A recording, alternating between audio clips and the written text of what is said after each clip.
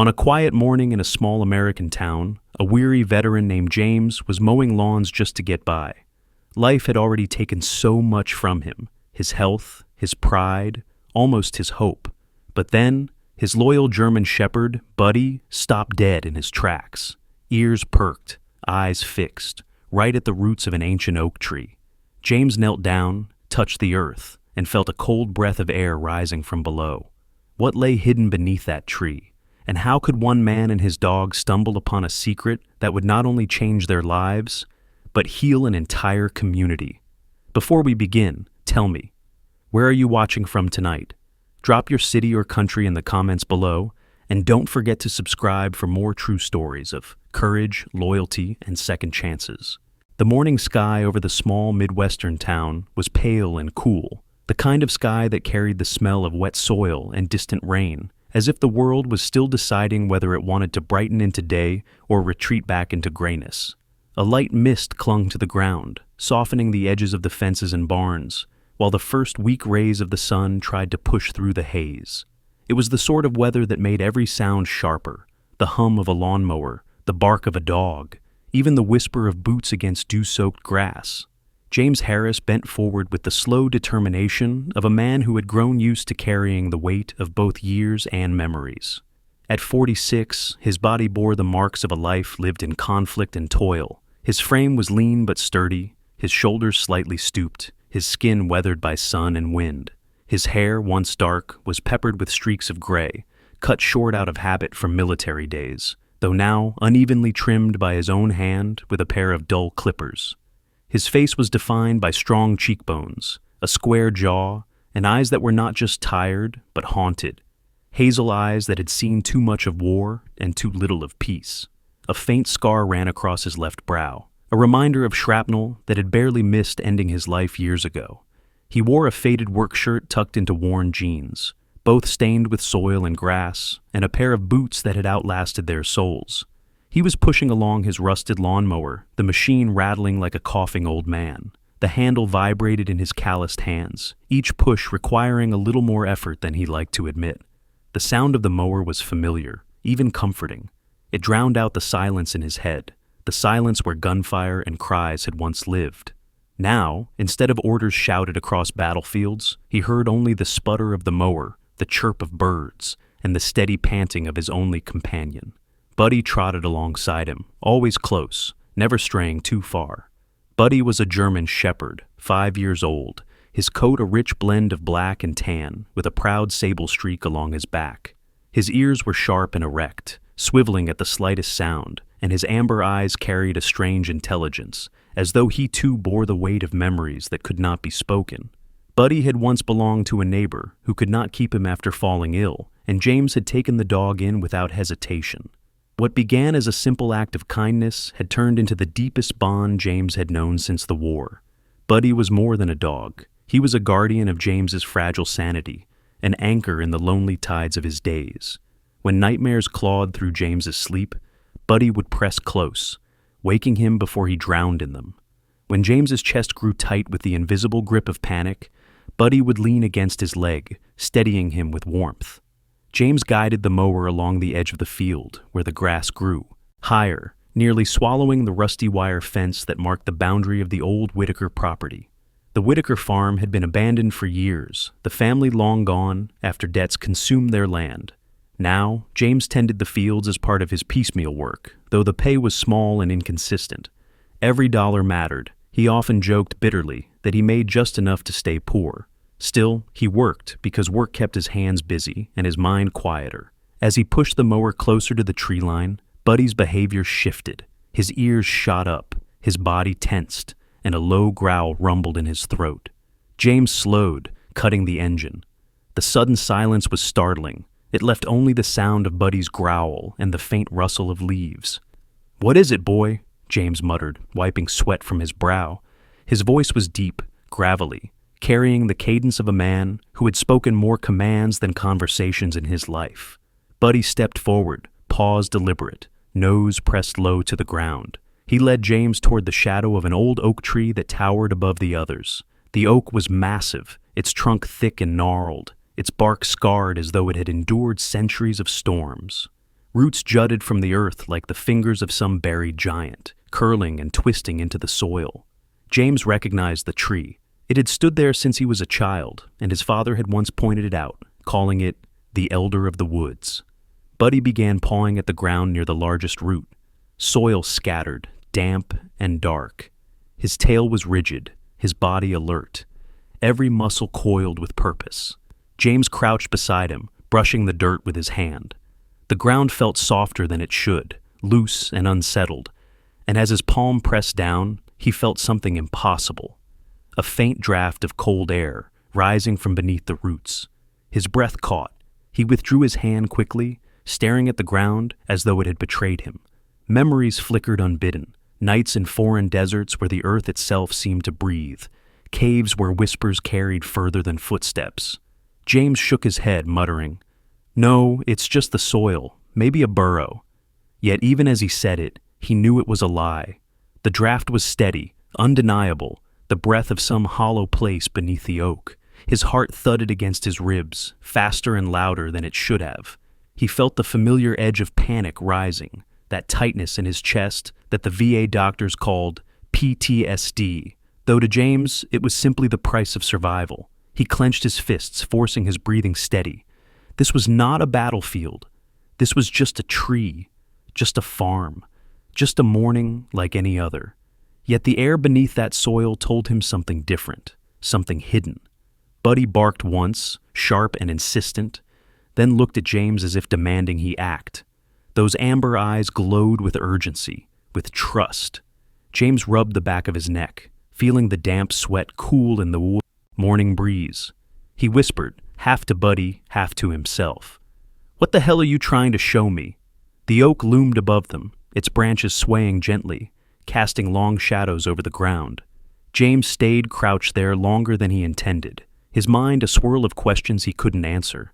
Why here? Why now? Why him?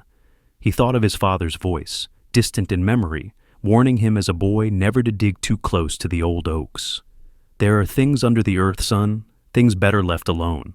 He had always dismissed it as superstition, but now, feeling the breath of the soil, he wasn't so sure. For a long time, James simply knelt in silence, his hand pressed against the dirt, Buddy standing guard beside him. The weight of the morning pressed down, heavier than the mist, heavier than his years. He could walk away, pretend he had never felt it, never seen Buddy's reaction. He could finish his mowing, collect his meager pay, and return to his cabin to eat canned beans alone. That was the safe choice. That was the predictable choice. But deep inside, something stirred, a faint echo of the soldier he once was, the man who had walked into fire because turning back was never an option. His chest tightened again, though this time not from panic, but from something else, the ache of possibility. He looked at Buddy. The dog stood steady, tail low, but wagging faintly, as though encouraging him. James exhaled slowly, his lips pressing into a thin line. "All right, boy," he said softly. "Not today, but soon." He rose to his feet, dusting dirt from his hands, and picked up the mower handle once more. The engine sputtered back to life, loud and clumsy, drowning out the whispers of the earth. Yet, as James guided the mower forward, his eyes kept drifting back to the oak tree, and in his chest, the question would not let go. What lay hidden beneath the roots of the elder oak, waiting for a broken soldier and his loyal dog to uncover? The next morning dawned colder than usual, with a thin frost silvering the edges of the grass and a crispness in the air that cut through James Harris's work shirt. He had not slept well. His mind had replayed the sensation of cold air rising from the earth beneath the oak again and again, as though it were calling him back. By the time the sun was low over the horizon, James had already packed what little he thought might be useful: a dented metal flashlight, a length of old rope salvaged from his shed, a rust-stained shovel, and his pocket knife, which had followed him from Afghanistan through every move of his life since. Buddy padded beside him, tail stiff, ears swiveling as if the dog too had felt the restlessness of the night. The oak tree loomed ahead, its twisted branches creaking softly in the morning wind. James set down his tools and studied the ground where Buddy had dug yesterday.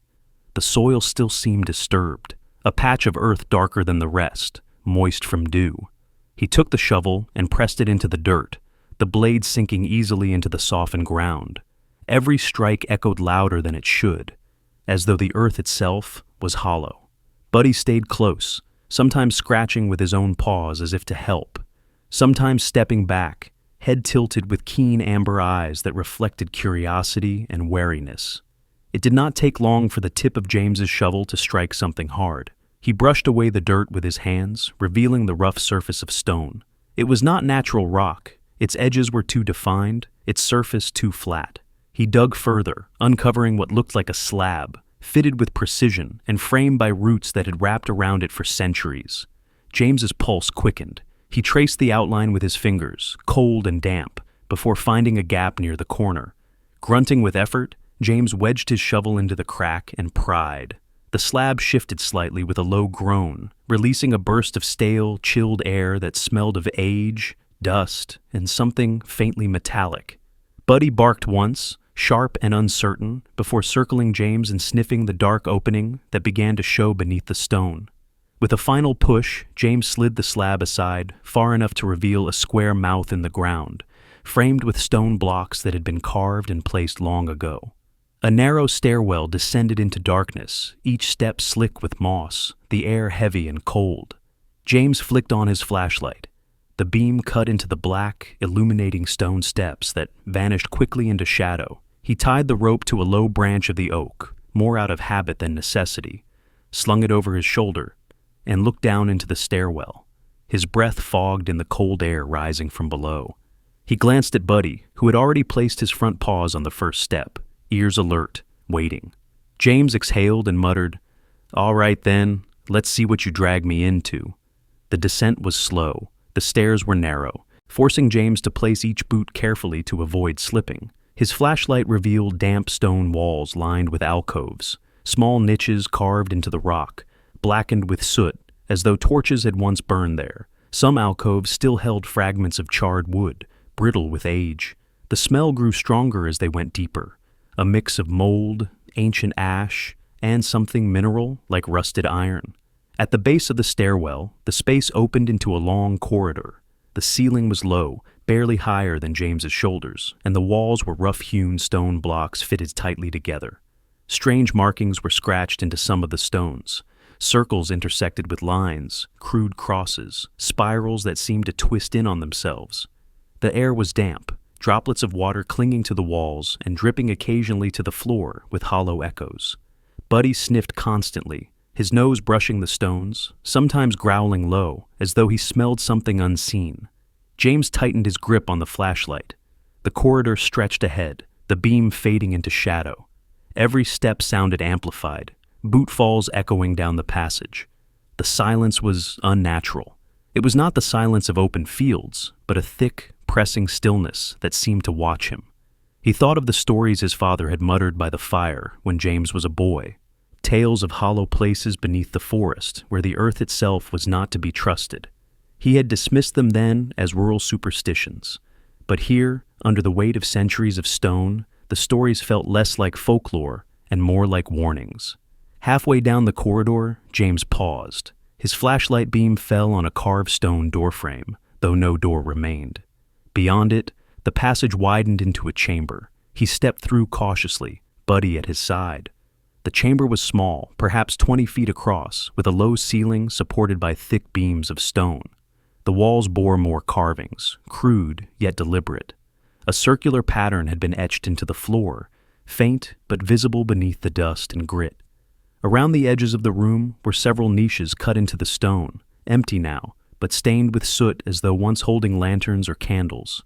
In one corner lay a broken wooden object, its pieces scattered and rotting, perhaps a bench or chest long collapsed. James crouched, brushing away dust, to reveal a fragment of parchment, damp and disintegrating at his touch. It crumbled into powder before he could lift it. He swore softly under his breath, frustration mixing with awe. Someone had been here long ago, someone who had built, carved, lived, perhaps even prayed in this hidden place. Buddy sniffed near the center of the chamber, his paws scuffing the faint circle carved into the stone floor. The dog's ears flicked back, and he whined softly as if unsettled. James felt the hairs rise on the back of his neck. He forced himself to breathe evenly, reminding himself he was no longer a soldier, in a war zone, yet the tension in his muscles betrayed him. He was on alert, his body ready for threats even when his mind told him there were none. He stood slowly, shining the flashlight toward another passage that branched off from the chamber. It sloped further downward, darker and narrower. He hesitated, chest tight with indecision. He could leave now, climb back to the surface, forget he had ever opened the slab. But his heart hammered with a different rhythm, one he remembered from years ago when stepping into the unknown had been part of his duty. Before he could decide, a sound startled him, a faint scraping echoing from the corridor behind. James froze, every nerve taut. He swung the flashlight back, but the stairwell lay empty, shadows unmoving. Buddy growled low, ears pinned, eyes fixed on the dark. The sound faded as quickly as it had come, leaving only silence. James swallowed hard, his throat dry. Perhaps it was just loose stone, a trick of the settling earth. He told himself that, though he did not believe it. Shaking his head, James returned to the chamber, forcing himself to study the details. He traced one of the carvings on the wall with his gloved hand. The groove was deep, cut by deliberate force. It was not random. It carried meaning, though a meaning long lost. He imagined the people who had carved it, who had sat here in the dim light of torches, voices murmuring prayers or oaths. He wondered what had driven them underground: fear, faith, survival. The thought unsettled him further. He had spent years running from his own past, burying memories in silence. Now he stood inside a memory of a people he did not know, their presence still clinging to the stones. He felt like an intruder, trespassing on sacred ground. Yet, he could not turn away. Something deeper than curiosity held him there, a compulsion he could not explain. Finally, James exhaled, lowering the flashlight. "Come on, buddy," he murmured. "That's enough for today." His voice was steady, though his heart still pounded. The dog wagged his tail once, as though relieved. Together they retraced their steps back toward the stairwell, the silence pressing in until the faint glow of daylight above came into view. When James slid the slab back into place, sealing the stairwell once more, his hands trembled slightly. He wiped dirt from his palms onto his jeans and leaned against the oak, breathing hard. The morning mist had lifted, revealing the fields stretching golden in the distance, the world above calm and ordinary. Yet nothing felt ordinary to him now. He had seen too much to pretend otherwise. He looked at Buddy, who sat at his feet, amber eyes watchful. James whispered, almost to himself, "There's something down there, and I don't think it wants to stay hidden." The following afternoon, James Harris returned to the oak with a decision firm in his chest. Sleep had refused him again, and every sound in his modest farmhouse had reminded him of the silence he had left behind underground. He had patched fences, fed cattle, even tried to read an old paperback novel with a broken spine, but nothing quieted the pull of the hidden stair. So, when the sun tipped westward, he strapped on his worn work boots, slung the flashlight over his shoulder, and called for Buddy. The German shepherd bounded forward, his sable coat glinting in the afternoon light, his eager bark echoing across the field as though he too longed to return. James slid the stone slab open with the practiced leverage of his shovel. The rush of cold, stale air that rose up was almost comforting this time, like stepping into a memory he had been waiting to reclaim. He descended carefully, Buddy close at his side, and retraced the narrow stair and the first chamber with its soot-darkened alcoves. But today he did not linger at the circle on the floor or the carvings on the wall. Today, he pushed onward, deeper into the corridor that sloped further down into the earth. The flashlight's beam swung across walls carved with sharper detail than before. Spirals nested within larger spirals, crude figures with arms raised, and lines that intersected like maps no one had taught him to read. His boots echoed against the stone floor, the sound swallowed quickly by the close air. Buddy moved ahead, nose low, sniffing, occasionally glancing back with a sharp whine, as if urging James to follow faster. After a stretch that seemed endless, the tunnel widened abruptly into a vast chamber. James stopped short, his breath caught. The ceiling soared higher than he had expected, though still low enough that his tall frame had to stoop slightly. Thick stone columns rose from the ground to support the ceiling, their surfaces chiseled with marks of tools long abandoned. Each column was etched with carvings, symbols more elaborate than those he had seen in the earlier rooms. The chamber smelled of damp stone and rust, the scent of something ancient pressed into silence. James's chest tightened, not just from awe, but from the weight of being the first living soul to stand herein, who knew how many centuries. He whispered without meaning to, "Lord above." Buddy barked once in response, the sound bouncing against the stone walls before fading into nothing. He took a step further, and the ground betrayed him. A loud crack split the silence as the ceiling above shifted, loosening a cascade of dust and small stones. James barely had time to register the sound before a heavier section of stone ceiling groaned, then collapsed with terrifying speed. Buddy lunged, teeth gripping the cuff of James's worn jeans, yanking him backward with surprising strength. James stumbled, landing hard on his shoulder as a massive slab crashed where he had been standing only a breath before. The chamber filled with dust, choking, blinding. James coughed violently, covering his mouth with his sleeve while Buddy pressed against him, ears flat, body trembling but steadfast. When the dust cleared, James stared at the pile of rubble, heart hammering so hard he could feel it in his throat. "You saved me, boy," he whispered, pressing a shaking hand to Buddy's neck. The dog licked his wrist once, as if to reassure him. For a long while, James simply sat there on the cold stone, breathing, letting his heartbeat settle, realizing how close he had come to being buried like the ghosts of this place. His mind flickered back to war zones, to nights when an unseen step could have cost him his life. The old instincts rose, heavy and familiar. Listen, breathe, don't falter. He hated that he felt more alive in danger than in peace. Shaking off the weight of memory, James stood again, brushing dust from his jeans. He guided the flashlight across the chamber, past the rubble, and toward a passage at the far end. It sloped not downward, but upward, carved with greater precision, its floor smoother as though worn by generations of feet. James's brow furrowed. This was not the work of fugitives burrowing blindly. It was deliberate, planned. His breath caught as a thought formed. This was a passage meant to lead somewhere important. As he followed the incline, he noticed faint signs of human presence. In one alcove lay the rusted remains of a lantern frame, its glass shattered, but its shape unmistakable. In another, he found a strip of cloth, discolored and fragile, perhaps once part of a cloak or sack. Buddy sniffed these carefully, tail stiff, before moving on. James touched the cloth gently, feeling the texture crumble at his fingertips. He muttered, "People walked this way. They lived here, or hid here." The tunnel curved, its slope continuing steadily upward. Eventually, the air changed, less stale, carrying faint hints of soil and something fresher, like distant grass or even smoke. James's pulse quickened. He pressed onward, the light of his flashlight trembling as the tunnel finally narrowed, then widened again into an exit framed by rough stones. Ahead, barely visible, was the faintest glow of daylight seeping through cracks in the earth. He pushed closer, kneeling to peer through the opening. His breath caught as he recognized what lay beyond. The tunnel emerged beneath the old foundation of a building, stone and brick, worn but familiar.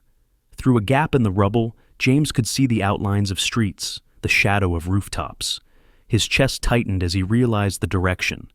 This was not beneath his farm, not even near the oak.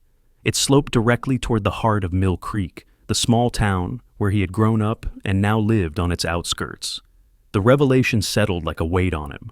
The tunnel was not just a relic buried in the woods. It was a conduit, a hidden path tying the farmland to the town. What had it been used for?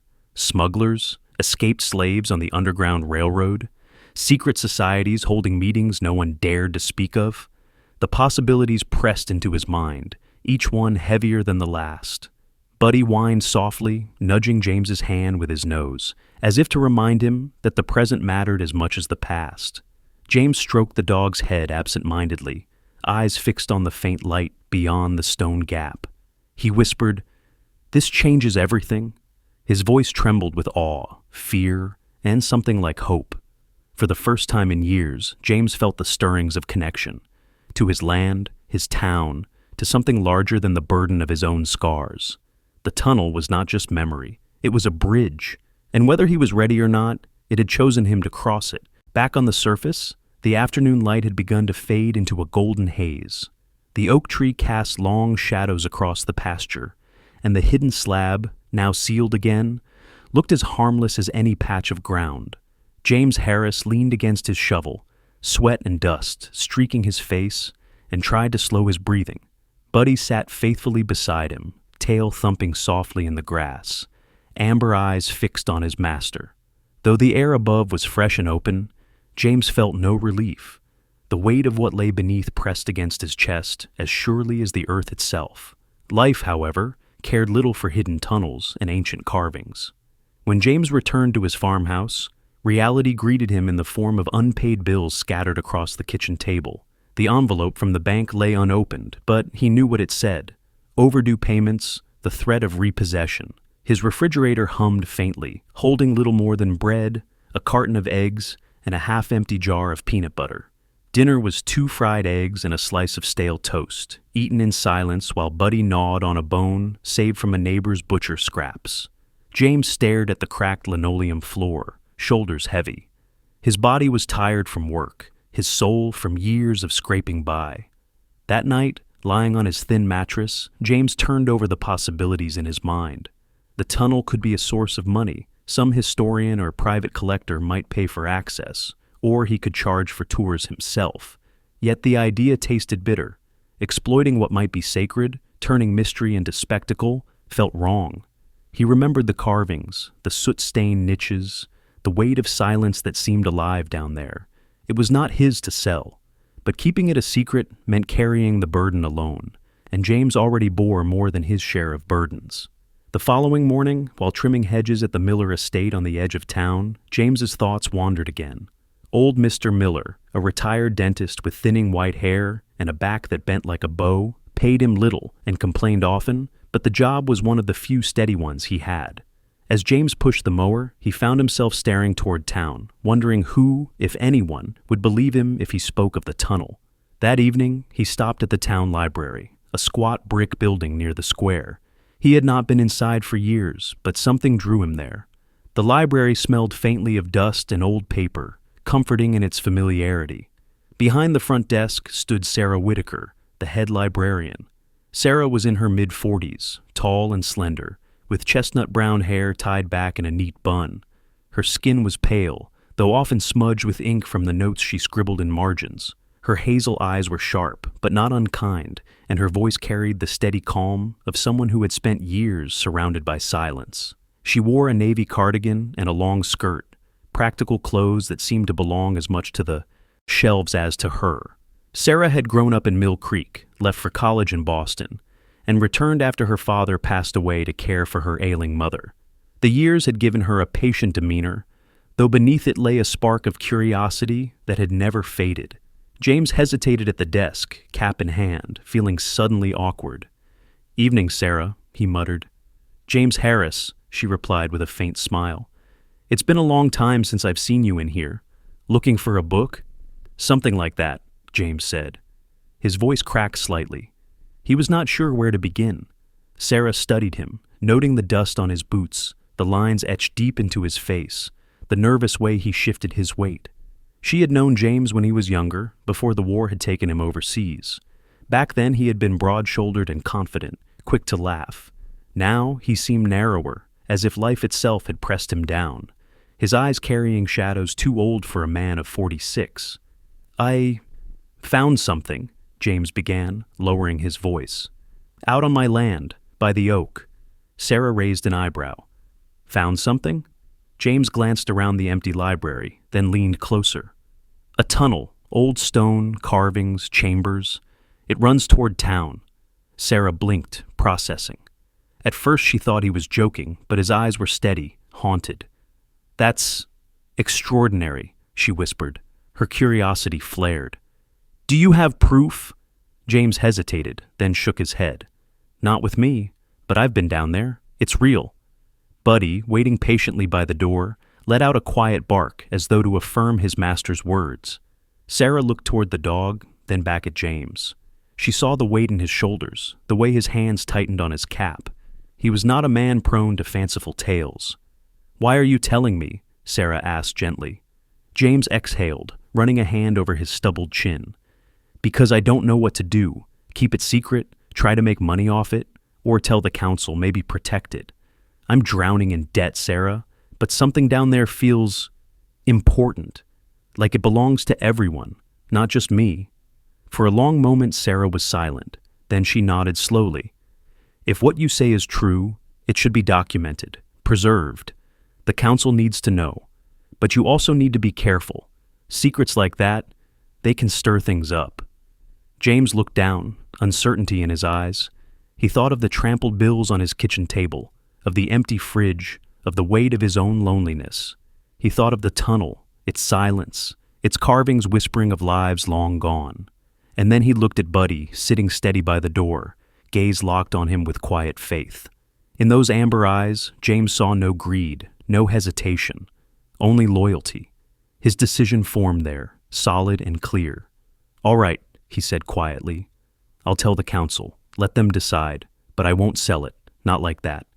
Sarah smiled faintly, her eyes softening. That sounds like the James I used to know, the one who fought for others. James swallowed, throat tight, and nodded. He left the library with Buddy at his side, the autumn evening cool against his face. The choice weighed heavily, but for the first time in years, it felt like a burden worth carrying. The weeks that followed James's revelation were a blur of whispers, meetings, and unexpected attention. Word spread faster than he imagined it could in Mill Creek, a town where most gossip was about the weather or whose barn roof needed fixing. Now, however, the talk was about tunnels beneath the earth, about carvings older than anyone remembered, and about the quiet veteran who had stumbled upon them with his loyal dog. It began with the council meeting. James had dreaded it, standing in front of the long oak table with Buddy sitting obediently at his feet. The room was small, the scent of polished wood and coffee lingering in the air. The council consisted of 5 members, the most intimidating of whom was Henry Collins, the chairman. Henry was 63, a man of broad shoulders and a jaw square as a block of granite. His thinning gray hair was combed neatly, and a heavy mustache framed his stern mouth. Decades of work as a foreman at the old paper mill had left his hands calloused and his voice gravelly. Henry was respected, but not always loved. He carried the weight of responsibility with an air of unyielding skepticism. His life had hardened after the death of his only son in a factory accident 20 years prior, and though he rarely spoke of it, the grief had carved permanent lines around his eyes. "Mr. Harris," Henry began, his voice even but cold, "you're telling us there's a passage under your farm that leads directly into the foundations of this town?" "Yes, sir," James said, his voice steady despite his nerves. He glanced at Buddy, who stared back at him with calm assurance. "I've been inside, carvings on the walls, chambers with columns, and the tunnel. It doesn't end out in the woods. It connects to the old church basement." At the mention of the church, a murmur rippled through the other council members. Mill Creek's First Presbyterian stood in the center of town, its white steeple a landmark since 1840. Few went into the basement anymore. It was musty and filled with broken pews, used mostly for storage. The thought of it hiding a passageway shook them. Sarah Whitaker sat in the audience, her sharp hazel eyes shining with quiet pride. She had encouraged James to bring the matter forward, and now she watched him face the council with a courage he had not shown in years. Henry leaned back in his chair, studying James. "You understand the weight of what you're saying. If it's true, it changes the history of this town. But if it's nonsense—" "It's true," James interrupted, surprising even himself. His voice was firmer now, anchored by something deeper than nerves. "I know what I saw, and I'm willing to show you." The council arranged a formal inspection. A week later, James led them, along with 2 invited archaeologists from the State University, down the hidden stair beneath the oak. The group carried lanterns and cameras, their voices hushed in the still air. When they emerged hours later through the broken stones of the church basement, even Henry Collins could not deny the truth. The archaeologists, Dr. Alan Rivers and his assistant Maria Gonzalez, documented everything with quiet awe. Dr. Rivers was a tall man in his 50s, his thin frame bent slightly from years of stooping over excavation pits. His bald head gleamed under the lantern light, and his voice carried the dry enthusiasm of an academic whose passion had outlasted his youth. Maria, no older than 28, was small and quick, her dark curls tied back, eyes bright behind round glasses. She carried notebooks crammed with sketches and annotations, her excitement almost childlike. "This," Dr. Rivers announced to the council as they stood once more in the church basement, "is a significant discovery. Judging from the carvings and structure, this tunnel system may have served as a refuge during the mid-19th century, possibly tied to the Underground Railroad or early settlers hiding from conflict. It deserves preservation." News spread quickly, carried on the local paper, and amplified by word of mouth. Within days, the entire town buzzed with the story of the hidden tunnels beneath their feet. Elderly residents recalled hushed stories their parents once told, about lights flickering under the church at night, about whispers that had never been explained. The town council, after much debate, established a preservation fund. Volunteers offered their time, and donations came from businesses and families alike. For a town struggling with fading industry and dwindling pride, the tunnels became a shared treasure, something to bind them together. James found himself at the center of it all, a place he had never expected to be. For years he had been the quiet gardener, the man who lived on the edge of town with his dog, barely scraping by. Now people stopped him in the market to ask questions, to shake his hand, to thank him. Children tugged at their mother's sleeves, pointing and whispering, "That's the man who found the tunnels." Buddy became a local hero in his own right. Schools invited James and Buddy to speak to students, and Buddy would trot proudly into classrooms, tail wagging, as children laughed and reached to pet him. One afternoon, a group of children followed James on a guided walk through the cleared sections of the tunnel. Buddy walked at the front like a guide, ears alert, occasionally glancing back as if to make sure everyone was safe. When the children clapped and called him their tour dog, Buddy wagged his tail so hard his whole body shook. The council voted to appoint an official caretaker for the site, someone who could lead tours, maintain the passages, and work alongside the archaeologists. For once, the vote was unanimous. Henry Collins, in his gravelly voice, announced at the town square, "James Harris will serve as caretaker and guide. He discovered it. He risked himself down there. It's his right and our town's fortune." The applause that followed stunned James. He stood awkwardly on the steps of the church, cap in hand, Buddy pressed against his leg. For the first time since leaving the war, he felt truly seen, not as a broken veteran scraping by, but as a man with purpose, a part of something larger. His hands trembled as he waved slightly to the crowd. Sarah found him afterward, smiling. "You see, James? You didn't just find a tunnel, you found a way back into this town." He swallowed hard, throat tight, but nodded. "Maybe I did," he said, glancing down at Buddy, who barked once as though in agreement. Winter descended on Mill Creek with its usual quiet persistence. Frost spread across rooftops each morning, and the air smelled faintly of wood smoke from stoves lit in modest kitchens. Yet, beneath the chill, there was warmth unlike any the town had felt in years. The discovery of the tunnels had stirred something sleeping, a sense of pride, curiosity, and unity that few believed still existed. And at the heart of it, unexpectedly, stood James Harris and his faithful German shepherd, Buddy. James had changed, though he hardly noticed at first. The man who once trudged from lawn to lawn with weary resignation now rose before dawn with purpose. He put on his patched work jacket and boots not for odd jobs, but to prepare the tunnels for visitors. The council had arranged modest pay, enough to cover his debts and keep food in his pantry. But the real wealth came from something harder to measure, the respect in people's eyes, the laughter of children trailing him as he guided them underground, and the nods of neighbors who once barely remembered his name. The church basement had been cleared and reinforced with new beams. Dr. Rivers and Maria continued their work with scholarly zeal, often joined by students who traveled from the university. Maria, small and quick as a sparrow, filled notebook after notebook with sketches of carvings.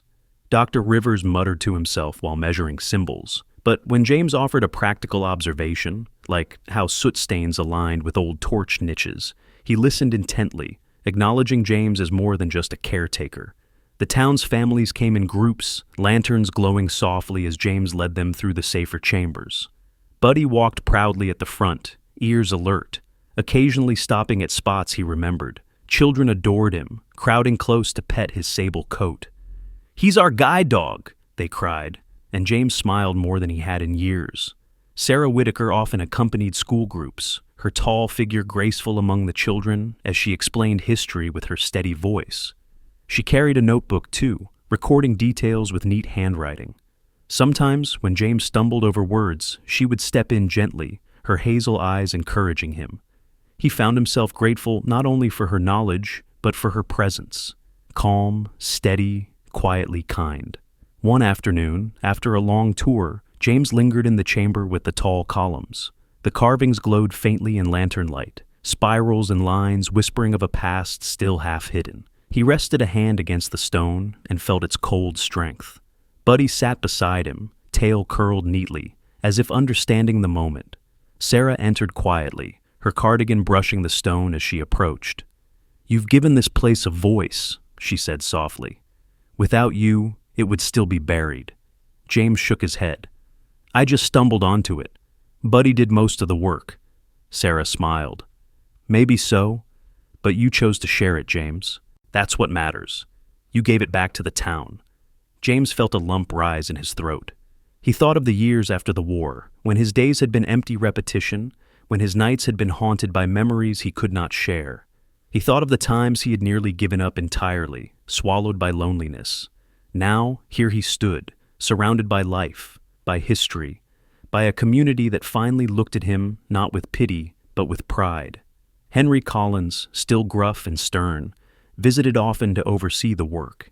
Yet even he softened, occasionally clapping James on the shoulder with a weight that carried respect. Once, as they stood by the church entrance, Henry said quietly, "You did good, Harris. My boy would have liked this place." The words caught James off guard, but he understood the gift in them. Spring arrived, and with it, a festival, the town square filled with booths, children's games, and food. At its center, a banner read, "Mill Creek Heritage Celebration." James stood near the church steps, Buddy at his side, as the mayor spoke about history and community. When his name was called, applause erupted, not polite, but warm and full. James's cheeks flushed. He tipped his cap awkwardly, and Buddy barked once, tail wagging, drawing laughter from the crowd. That night, as lanterns flickered along Main Street and fiddles played in the square, James sat on a bench with Sarah and Buddy.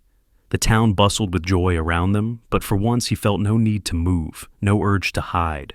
Sarah leaned slightly closer, her voice low. "Do you see it, James? You belong here, not just in the tunnels, but here, with all of us."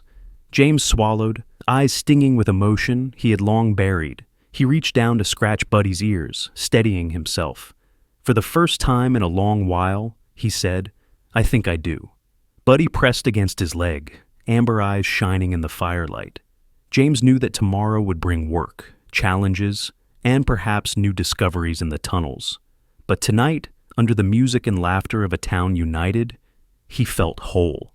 The veteran who once thought he had nothing left now had a purpose, a community, and the unwavering companionship of a dog who had led him out of darkness. And though the tunnels would forever whisper of the past, James Harris had finally found his place in the present. In the end, the story of James and Buddy was never just about a hidden tunnel or forgotten carvings beneath the earth. It was about a broken soldier finding his way back into the light, about a community learning that the past could unite them rather than divide them, and about how loyalty, whether from a dog, a neighbor, or a simple act of kindness, can change everything. What began as one man's quiet burden became a bridge to hope, healing, and belonging. Sometimes God's miracles don't come as thunder or fire. They come in the steady eyes of a loyal companion, in the helping hands of neighbors, or in the courage to take just one more step when the weight feels too heavy. James found his miracle under the roots of an oak, but we can find ours in everyday life, through faith, through love, and through community. If this story touched your heart, take a moment to reflect on the blessings in your own life. Leave a comment below, share this video with someone who needs hope today, and don't forget to subscribe for more true stories of courage and redemption. May God bless you and your loved ones with strength, peace, and endless grace.